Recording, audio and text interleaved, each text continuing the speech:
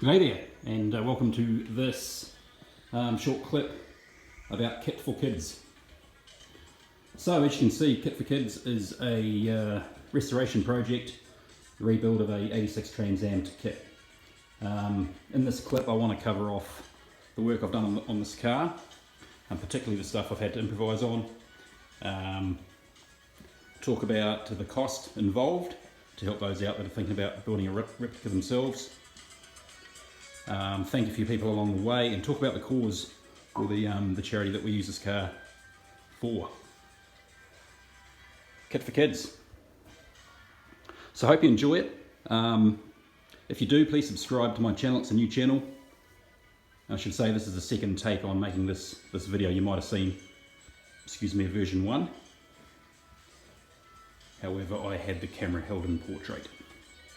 First go at making a YouTube clip.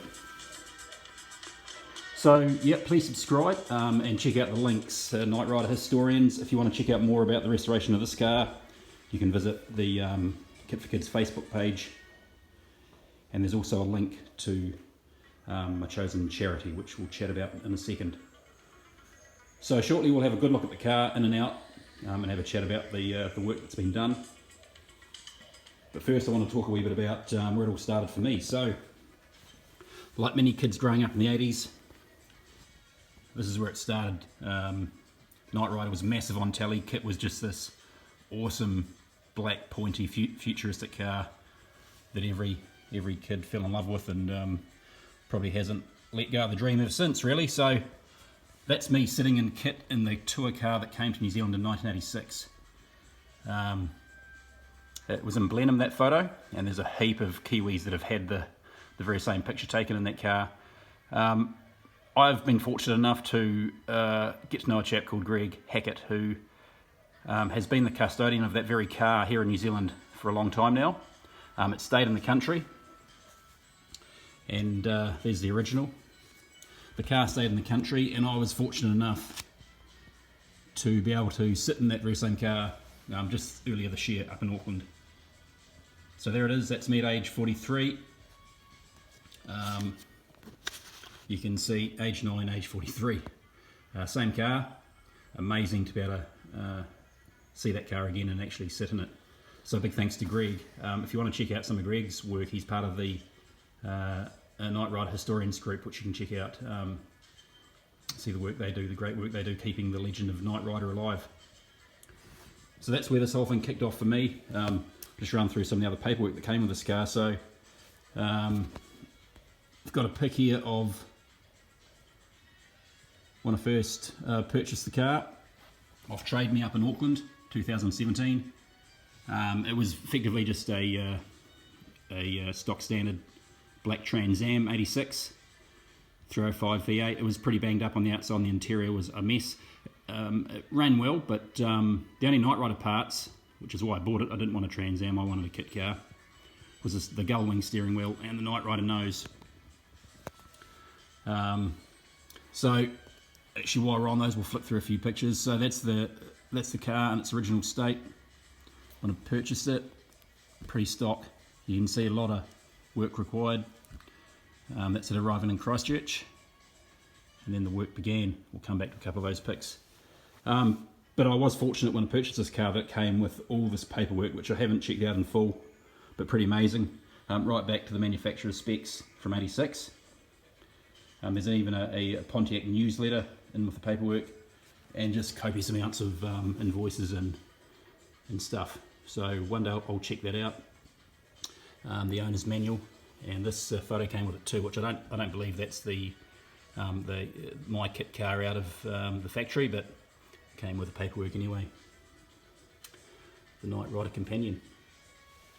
So yeah, pretty lucky that all that came with the car. Yeah, kicking off the work. So I should say I knew nothing about cars. I know a fair bit about this car now, but coming into this project I knew very little. Which is, I think, a testament to the fact that you can build one of these cars if you don't have a whole lot of knowledge. I'm not a car guy, I'm just a Night Rider fan, really. Well, I'm actually just a Kitt fan. I enjoy the show, and I'm getting into it now, but it's really this car, that's what it's all about for me. So Fortunately, there's YouTube and Google, and I've got a lot of good mates who have helped me. I'll mention Stephen Sykes, who's done a heap of work, Black Shadow projects here in New Zealand. He's helped me out no end. He's got his own kit car. Mike Campbell, he done the lion's share of the panel work on Kitt. And my neighbours Ian and Neil helped me out no end with tools and bits and pieces and a bit of know-how. So thanks, guys. And my wife for letting me spend hours in the garage. 2 little boys at home too. So it's been a bit of a sacrifice and a commitment. But anyway, I'll just flick through some of these pictures. Just shooting back here real quick. So the first thing I did was put some sound deadener on the floor. This is a black tar paint on type job. No rust in this car, which was awesome. And that's really reduced the road noise, so that's worked well. Dash turned up. Bilingual hubcap wheels. We'll look at all this on the car. That's my son Thomas helping out. So when I capture this, this was my first error. Painted the hubcaps, painted the wheels white. Of course, Kitt's are silver, so I had to redo those. And I dropped the Pontiac sign as well. Yeah, a lot of sanding. The hood was the worst. That's the original. You can see it's got nostrils and the cosmetic scoop, which we took off and put back on. I will need to replace the scoop at some stage. Sorry, the bonnet at some stage. Electrics for the dash. Yeah, the reason I'll need to replace it, we'll have a look, but there's a few ripples in the front where I didn't put spritz undercoat on thick enough. A little bit of rust, not too bad. Not too bad at all on the car, really. That was just down the bottom right of the front door. Front door, what am I saying? They only have 2 doors, so the driver's side door. Actually, that's a lie too. It's a left-hand drive, so the passenger side door. This was pretty bad. This is the back right. There was an area about the size of a steering wheel that was filled with bog that had to be chipped out and the dents panel beaten out. We'll have a look on the car at how I've done the tail light. As I say, a big part of this video is about the work that I've done myself with a bit of know-how, and it saved a fortune on the way through. Ground effects off the car, Kitt didn't have those. Seats were fully redone, they were completely different. This is the stock dash. Had to cut about a couple of inches off the front of that to fit the Knight Rider dash in. A lot of hacking up of the stock dash actually to make Kitt's dashboard fit in. Fabricated the door panels. They're not the Kitt authentic ones, but they look the part for now. That's the tail light piece. There it is, finished. There's the seats. You can see how different looking they were. When we get in the car, I'll talk about the parts I haven't converted to Kitt yet. This is one in the centre console, but I did refurbish that and used some glue and a black leather dye. Came out really good. There's my wife living the dream. Soon after Kitt was finished, seen that one. Greg Hackett and myself cruising around Auckland City in his Kitt. That was a great day. And there's a photo of me with that tour car.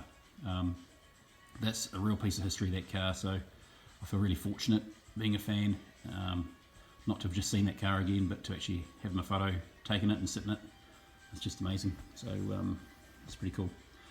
So then the sanding work began on the car, and this was a mission. This is all done in the garage that I'm in right now. Just a lot of hard work. So if you're looking to do one of these cars yourself, you just have to be prepared to dig in, because it is a hell of a lot of work getting them ready. Black cars, it'll show up every hump and hollow. You got to get them pretty straight. You can see the mess I made in the garage.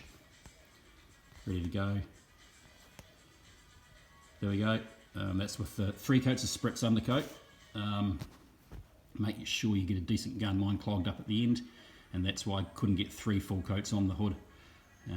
Hence a few ripples. But I like the photo of the White Knight. Onto the trailer. There's the seats finished. You can see the multiple layers of paint that was on the thing that we had to take back. A little bit of the work required left over from taking the ground effects off. Okay, the spotties, again, improvisation, down to the local hardware store, and just 3 staggered or different lengths of sort of metal bracket there to stagger the spotties so they fit in. They needed to fit nice and snug under the Kitt nose. They look really good. Painted them up. You can't really see here, but this is the inside of the Kitt nose. So Mike fitted on a metal bracket, which is a permanent part of that nose now, and to take the nose off, it's just a few bolts. and a couple of screws, and it's really easy to take on and off, so that's pretty cool. It's a dash. Yeah, restored the gull wing steering wheel. This is my favourite before photo, looking like it's in a hell of a state, so I like to check that out, and then here's me check that that before photo out, and then move on to the finished car. It's a pretty good feeling.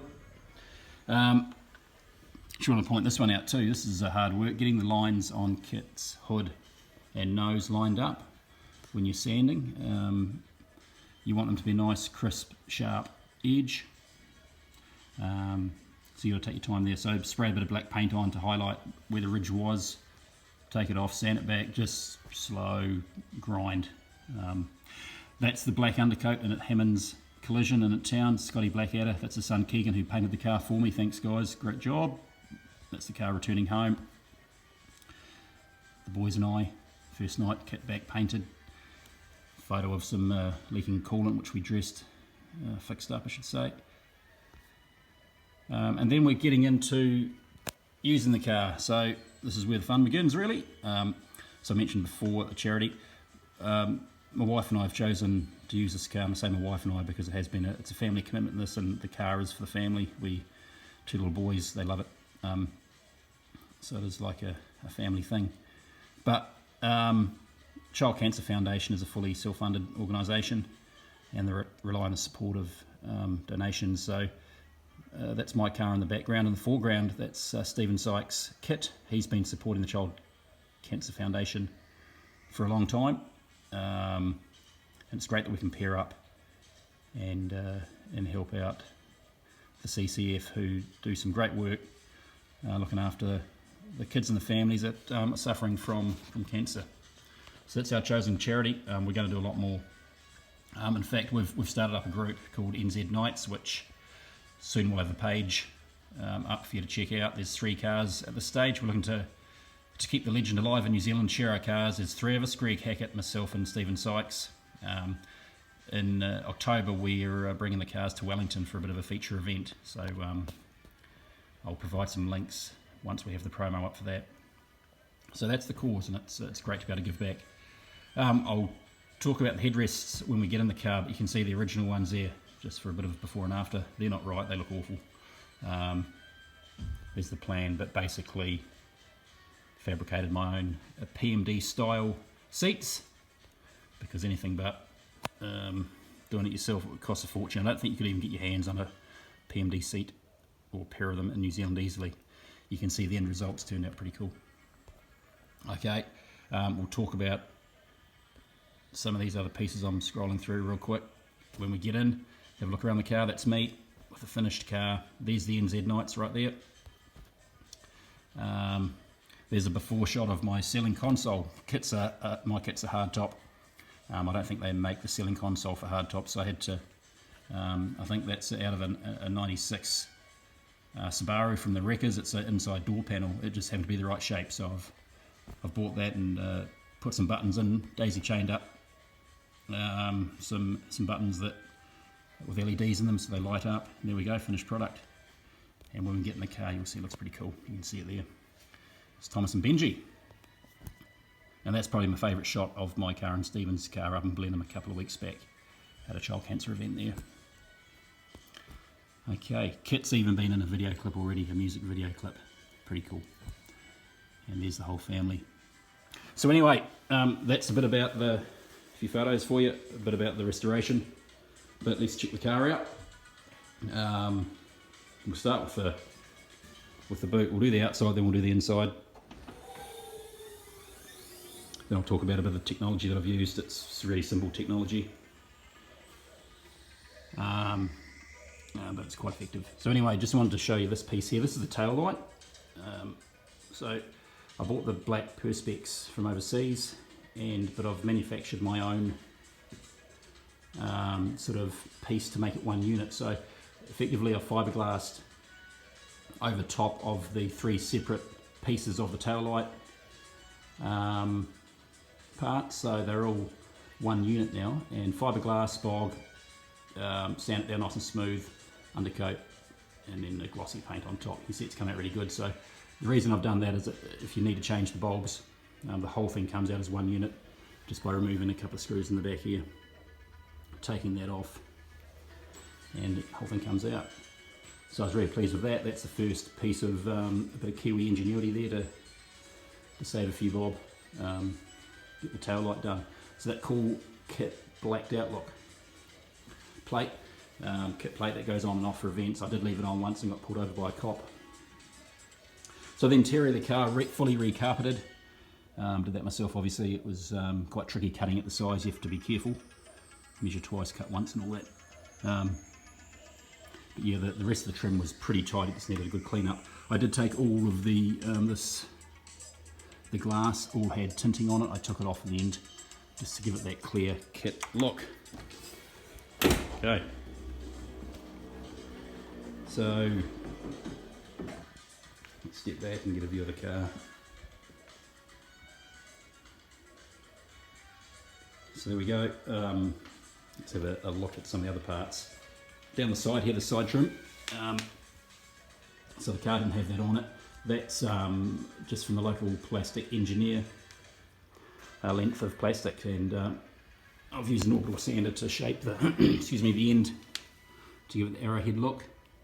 Then used a strong double-sided adhesive to put it on. And yeah, that looks pretty good. I'm really happy with that. Just sort of, it was looking a little bit bare down the side of the car. Sort of finished it off quite nice. Bowling ball hubcaps. I think they call them that because they've got a tendency to roll off and you'll never see them again.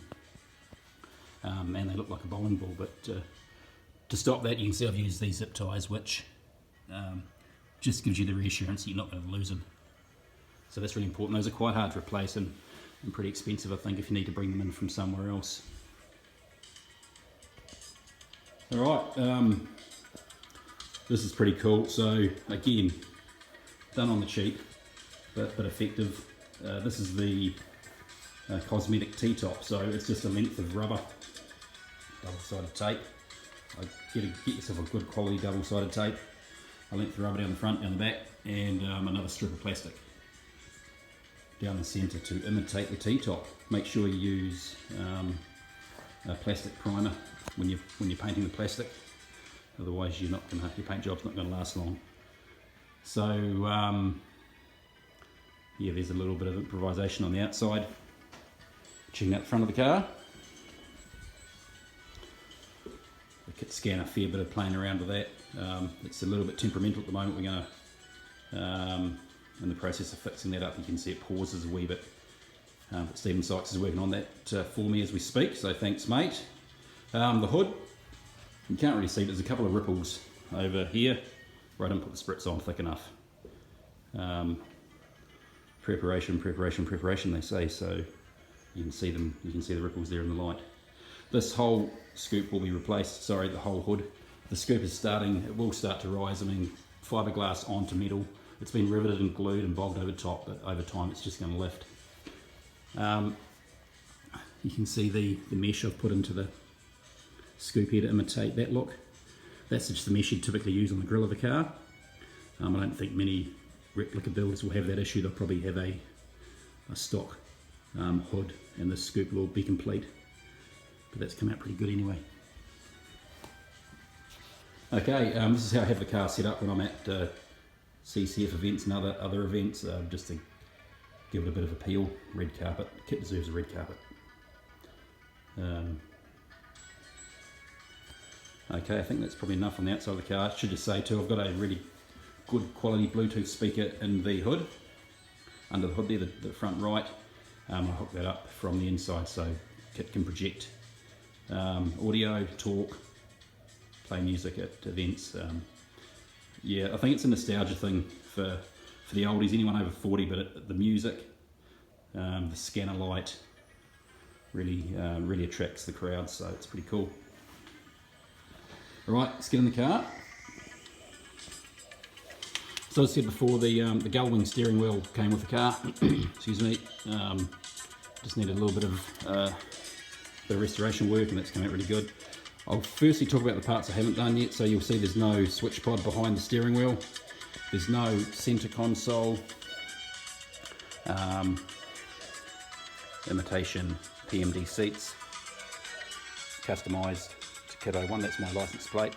And the door panels are not the authentic looking Kitt door panels.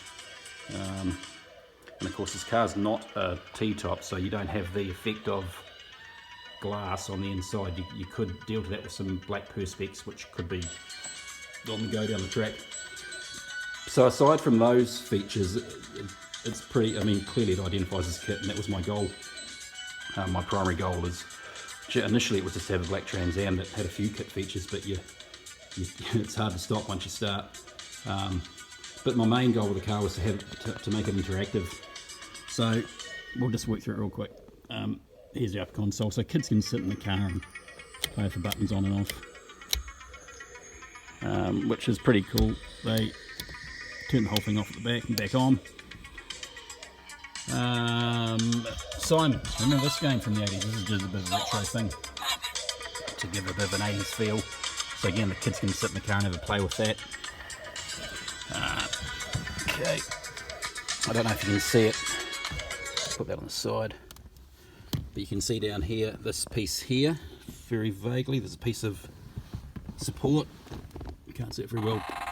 There's a support there which it's just made out of wood, and I've plasti dipped, which is a great product. That supports the dash. The dash is in solid as, supports the dash and imitates the look of the center console, which runs along here and feeds up into the dash. So a little bit of home handiwork there to pull that piece off. The tablet, I'll put the tune back on. There we go. The tablet, just a $100 tablet, and just put a bunch of Knight Rider stuff on it. Have that playing at events. And this piece here is the the imitation or the retro TV surround, monitor surround. There was actually a toolbox that I just cut up and again plasti dipped over the top. It just sits in place by friction. So pretty happy with that. Let's turn the power. Bring the dash to life. In the countdown sequence, and I can make the Kitt talk through its usual voice box here. You see, and it's just connected through the stereo. So for the stereo playing, Kitt's voice box will flicker. Turn that back down. Down the bottom here you can see I've got a LED. This is the original scanner from the car. It's a cheapie off eBay. Not much chop though, so I took that out and got the decent scanner on the front. It was halogen lights on the scanner at the front. It's now LED, so it runs a bit cooler and lasts a bit longer at a show. Dash is fully functional, which is awesome. What else do I want to show you? So we just turn the scanner on and off here. This app is pretty cool. So I'm running a pretty basic technology that, again, in line with the budget. But I was amazed at the features of this app. And I mean, as I said before, I wanted this car to be interactive and for the kids to enjoy, fans to enjoy. So pretty cheap technology when you think of the tablet, and a Bluetooth speaker in the front, and an iPhone with a $5 app on it. So you can change the settings on this app, and it can do a few things. So Kitt does interact. Kitt, introduce yourself. I am the voice of Night Industry 2000's microprocessor. K-I-T-T for easy reference. A Kitt if you prefer. So there we go. He sort of just responds to the noise around him. Kitt, tell me a joke. The other night I was parked in a garage that was so small, the mice were hunched back. Yep. So there we go. Pretty cool. And if you turn it on the side, scanner, touch it, it's just a scanner. And then you get the Knight Rider tune. And just to give you an idea of the Bluetooth speaker. So if you go into settings here, down to the Kitt app, turn the microphone off.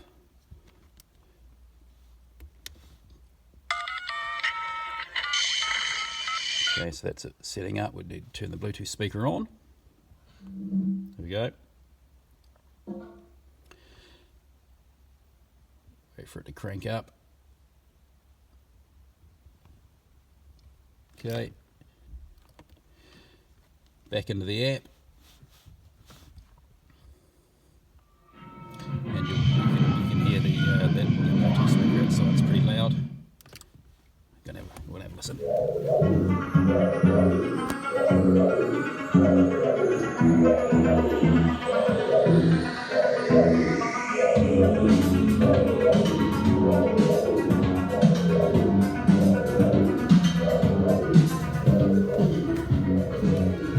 there we go. So that's pretty effective. As I say, that's just pretty cheap technology. But it certainly does the trick and brings Kitt to life. Okay, what else do I want to talk about? We'll have a look at the Pmd seats. We'll just bring this back to microphone back on. Kitt might want to chat away to us as I finish the clip. So these Pmd Imitation Seats, I'll just talk through this process because I think I've seen a lot of replicas that have the old headrests on them, the solid block headrest. They just don't look the part. So effectively, just this piece here. Don't mention it. I cut a metal plate and then just a metal rod over top, welded on, then shaped the foam and had them professionally upholstered. So they look pretty cool. The Kitt 01 badge there. Are you quite sure? I am sure, mate. So there we go. That's probably enough. It's that's the car. That's the cause, child cancer. And thanks to everyone that's helped me along the way. If you're looking to build one of these cars, the cost. I mentioned I'd talk about that at the beginning.